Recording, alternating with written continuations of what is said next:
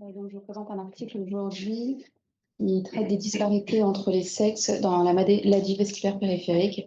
Donc, c'est une déclaration scientifique qui a été faite par l'American Heart Association. Donc, c'est un organisme national aux États-Unis à but non lucratif, sanitaire, qui, euh,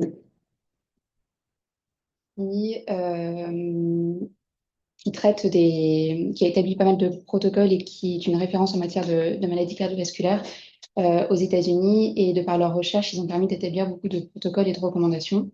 Donc c'est pour ça qu'ils ont écrit cet article. Et donc depuis 1985, en fait, il y a un rapport sur l'état de santé des femmes qui a été écrit et qui a permis d'avoir un impact sur la prise en charge des maladies cardiaques, notamment chez les femmes, et du fait des facteurs de risque communs entre la maladie vasculaire périphérique et les maladies cardiaques. On s'intéresse aujourd'hui à ce sujet de la pathologie périphérique vasculaire qui n'est très très peu traitée, et surtout chez les femmes.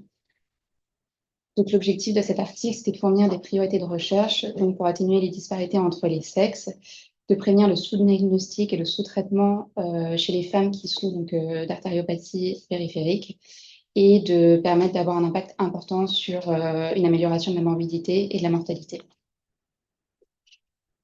Donc, l'article a été écrit en détaillant chaque pathologie spécifique, donc j'ai repris ce plan-là.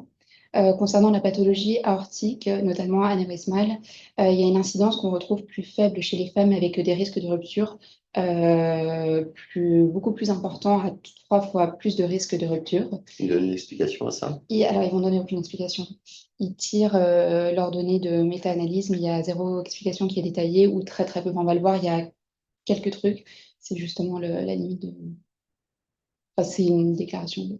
Le diagnostic va être souvent tardif, hein, fait tardivement, et on va retrouver donc des maladies qui sont à des stades plus graves. Pour le cas de la maladie aortique, on a trouvé comme facteur protecteur les facteurs hormonaux, donc les oestrogènes sur la formation et la croissance des anévrismes aortiques, et notamment des anévrismes qui vont se développer chez les femmes qui sont ménopausées, donc à partir de la ménopause.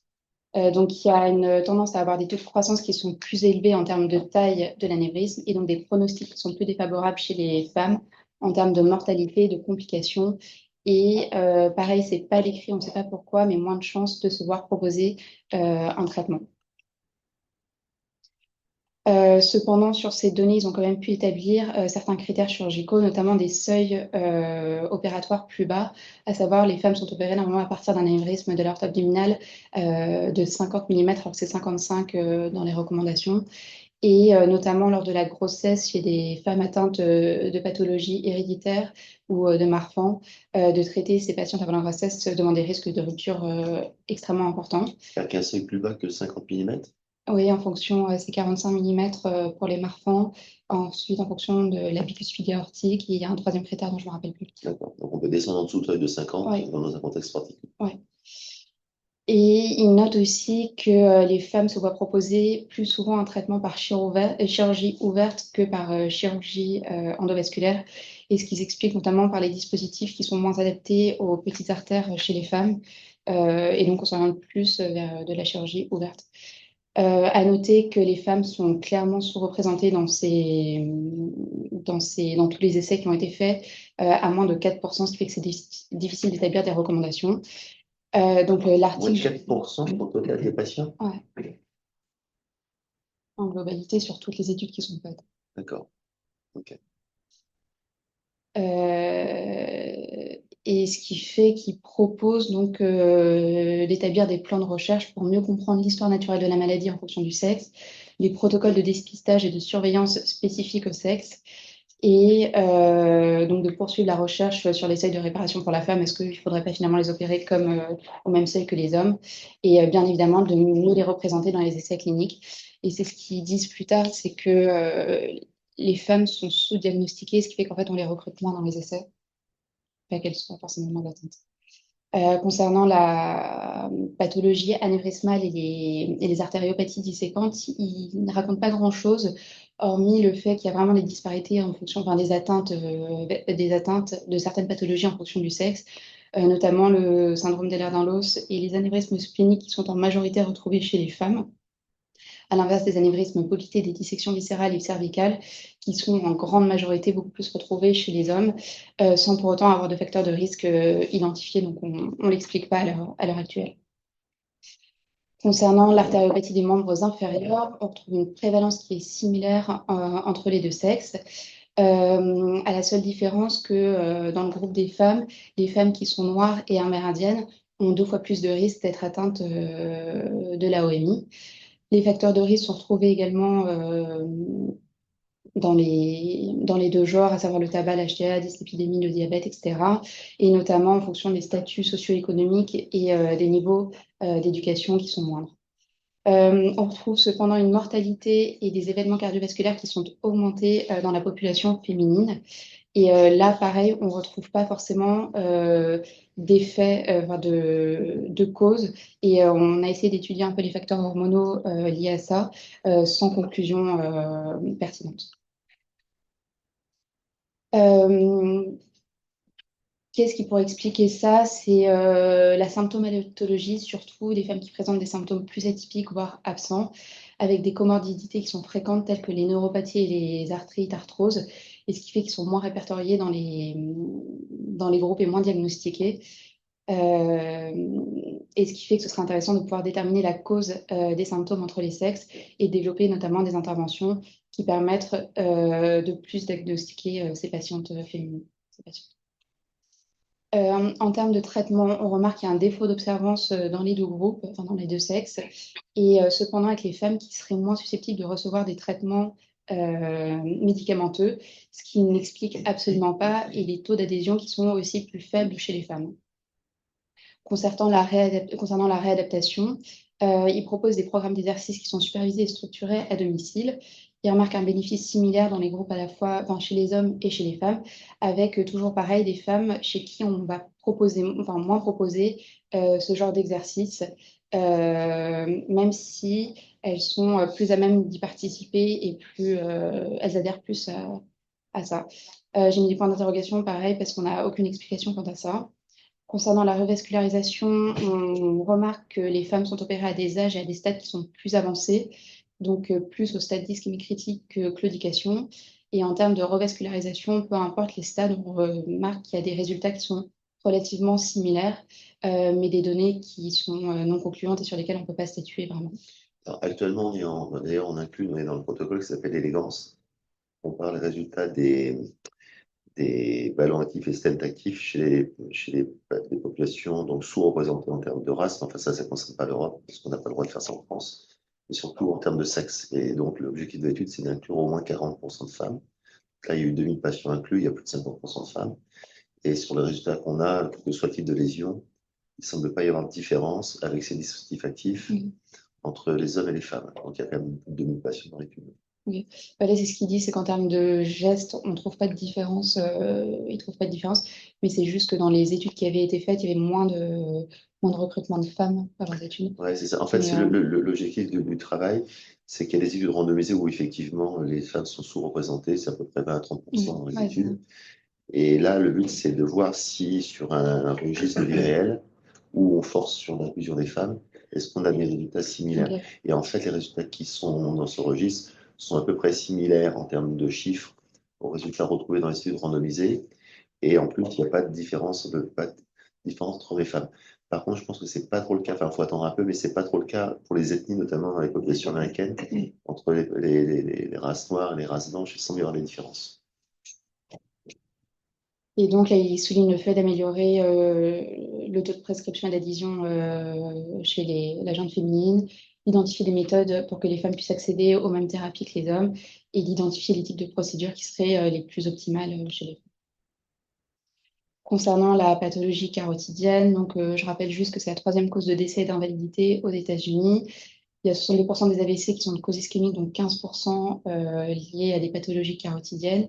Il y a une incidence en forte augmentation. Les facteurs de risque principaux que l'on connaît sont l'hypertension, le surpoids, le diabète, le tabac, etc. Et il note un surrisque chez les femmes, notamment à partir de 80 ans. Et pareil, là, il y a une histoire de race aussi, avec un très très gros sur-risque chez les femmes noires et hispaniques de plus de 70 ans, avec un sur-risque de plus de 76% comparé aux femmes blanches.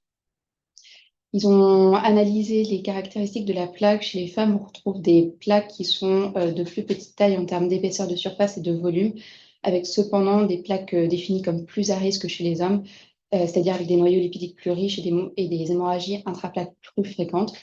Cependant, ils retrouvent peu de données sur les risques d'AVC qui sont spécifiques liés au sexe en fonction de la plaque. Concernant les traitements, pareil, donc c'est des règles hygiéno-diététiques, une thérapie médicale. Et là, pareil, il souligne le fait que les femmes sont sous-représentées dans les essais, notamment dans l'essai CREST, où là, ils ne retrouvaient pas de différence significative en termes de décès et d'AVC périopératoire. Et donc, ils n'ont pas pu établir de recommandations quant au sexe. Quant au sexe. Et il donne des explications concernant le fait qu'elle soit sous-représentée dans les essais cliniques. Non, ils disent pas pourquoi. Euh, non, non, ils disent pas. Ils disent qu'on les diagnostique. Bah, pour l'artériopathie, qu'on les diagnostique moins, donc on les recrute moins. Ouais. Et sinon, ils disent. Ce que je veux dire, c'est que bon, je veux dire, par exemple, si ça représente, là dans les AVC, on dit que ça représente 56% des ouais, AVC. c'est important. Ouais. Donc ces patientes-là, elles vont bien à l'hôpital pour qu'on diagnostique Ouais. l'AVC. Pourquoi elles ne sont pas incluses dans les essais cliniques? Pourquoi il y a... C'est Ils ça le qui disent pas. j'arrive pas à comprendre. Est-ce que le praticien qui inclut va proposer plus facilement à des hommes d'être inclus qu'à Non, des après, femmes? c'est tiré aussi d'études peut-être un petit peu plus anciennes où, je sais pas, est-ce qu'on s'est vraiment intéressé à la santé des femmes ou alors, Là, en fait, je comprends pas. Il y a un biais, hein, il existe, mais je vois pas où il est. Ou elles arrivent peut-être à des ou alors plus est-ce qu'elle. sévères. Non, mais est-ce qu'elle. Plus en urgence. Ouais. Il y a ça à des âges plus avancés aussi. Et Elles sont hors dehors peut-être du scope, Ouais. peut-être. Plus 80 ans. Il y a un truc quand même. Un truc à s'expliquer. ouais. Et donc, il souligne le fait de rechercher enfin, de poursuivre des recherches pour limiter les disparités donc raciales et ethniques et des études pour comprendre les différences de composition de plaques en fonction des sexes. Concernant la pathologie rénale, donc c'est dû à la stérosclérose dans 90% des cas adultes. La définition, donc c'est défini par plus de 60% de sténose du diamètre de l'artère. Et elle est présente chez environ 6-7% des adultes de plus de 65 ans. Euh, voilà. Dans les études qui ont été faites, donc il y a deux grandes études qui avaient été réalisées, Astral et Coral, qui ne montraient pas de bénéfice clair du traitement par l'endoprothèse. Et là, on trouve un recrutement variable des femmes dans ces essais entre 27 et 50%. Et ce qui fait que, pareil, ils ne concluent pas sur la spécificité en fonction du genre. Concernant la pathologie, les pathologies viscérales, donc la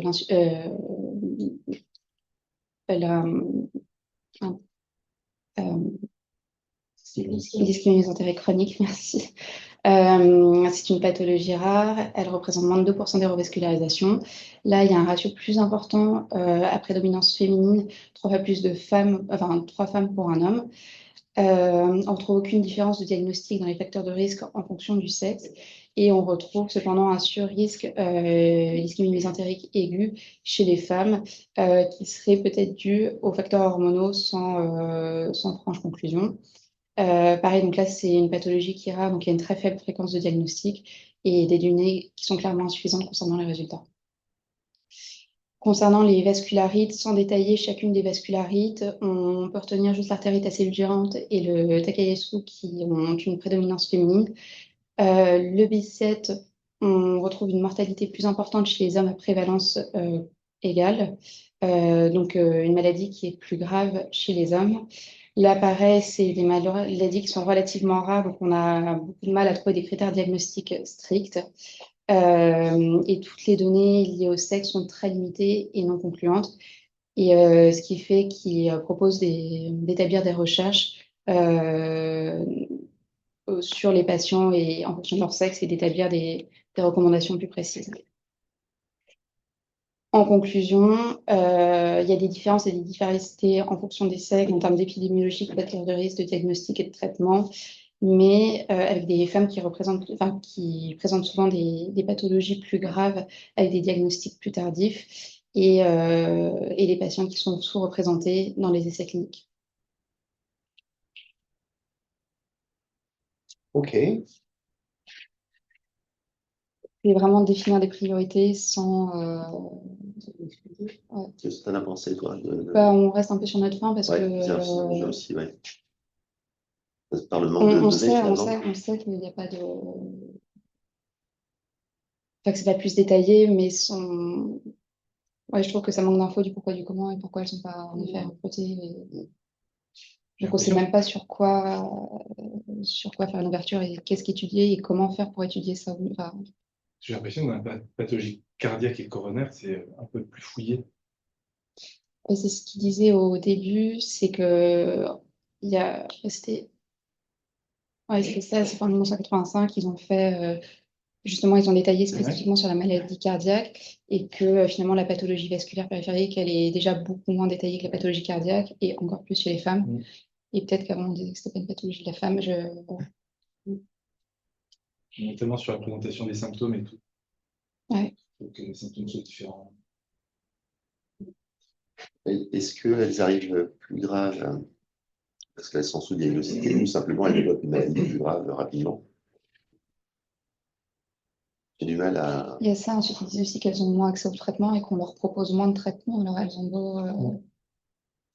On vit beaucoup avec des idées préconçues. On dit, alors je sais pas si c'est que les femmes se font plus attention à leur santé, qu'elles sont plus rigoureuses, mais là, on dit finalement le contraire. Je pense que tout ça, il y a beaucoup d'idées reçues sur des trucs qui sont répétés voilà, depuis des années, par des dizaines, voire des... bon, plus que ça. Et en fait, en pratique, Peut-être qu'elles consultent, mais qu'en fait, au final, on ne diagnostique pas à l'AOMI parce qu'on n'y pense pas forcément pour une femme et qu'on se dit que c'est un truc un peu plus psychologique, donc je sais pas, une sciatique, des trucs neuropathiques, enfin, plus qu'une maladie vraiment cardiovasculaire. Mm. C'est peut-être ça aussi. Et qu'en gros, bah, elles font une errance assez longue jusqu'à ce qu'on arrive à des vrais symptômes qui ressemblent à ceux des hommes. Donc du coup, ben, elles sont plus diagnostiquées. elles arrivent plus tard. Ouais. Plus tard. Il y a un peu moins recours à CPE2, à des choses comme ça qui commencent à monter, avec des données objectives qui sont quand même un petit peu plus, plus sérieuses.